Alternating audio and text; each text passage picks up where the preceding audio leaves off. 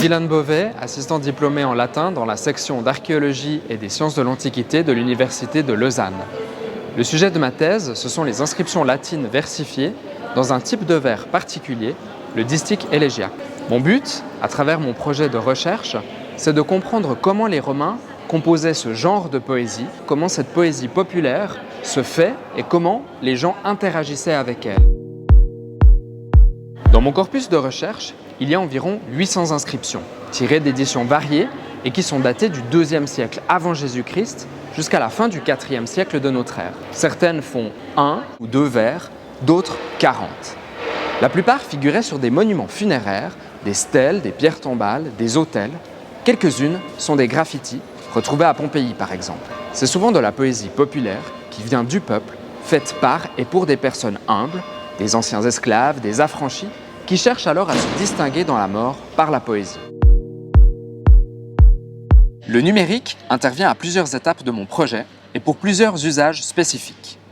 Tout d'abord, j'ai créé une base de données dédiée pour ces textes qui font intervenir un grand nombre d'éléments essentiels à leur interprétation. Il y a non seulement ce qui est inscrit sur la pierre, mais aussi le type de support, le lieu, éventuellement des photographies et une datation. Toutes ces données sont entrées dans un catalogue développé par l'Université de Lausanne qui s'appelle Catima. Ce catalogue est intéressant car il est couplé avec un système de cartes et permet une forme de SIG, c'est-à-dire de système d'information géographique. Il me permet ensuite de rechercher un certain motif poétique par exemple et d'obtenir des résultats en les visualisant sur une carte. Je vois ainsi comment les inscriptions sont réparties dans l'espace pour mieux comprendre le paysage poétique d'une région à un temps donné.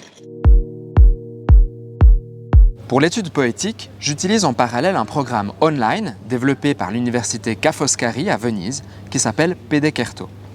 Il s'agit d'un instrument de scansion des textes. En poésie latine, la scansion est l'analyse du rythme des vers. Cet outil numérique permet la systématisation et l'analyse d'un grand nombre de poèmes. Mais il pose aussi de nombreux challenges car cette poésie épigraphique populaire contient différents types d'erreurs qui rendent ce matériel difficile à analyser. C'est pourquoi, en collaboration avec l'Université de Venise, j'effectue un marquage spécifique, un tagging métrique, pour ces poèmes. À terme, l'objectif est de fournir des données statistiques sur la composition des vers, l'alternance des rythmes, les irrégularités qu'on trouve parfois, pour mieux comprendre le rapport entre les règles de la poésie classique, celles d'Ovide, de Properce, de Martial, et celles de cette poésie populaire inscrite. L'idée à travers Pedecerto est aussi de rendre ce matériel disponible sur la plateforme online et en open access. Il y a une troisième question qui est liée aux précédentes, c'est celle du vocabulaire.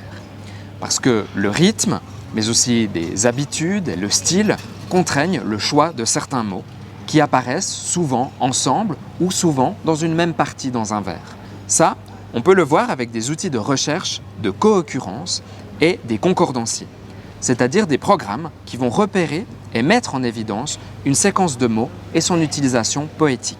Ensuite, on peut revenir à une carte, par exemple, et voir s'il s'agit d'une habitude régionale ou si elle est limitée dans le temps. C'est un peu comme traquer un réseau social sur les pierres.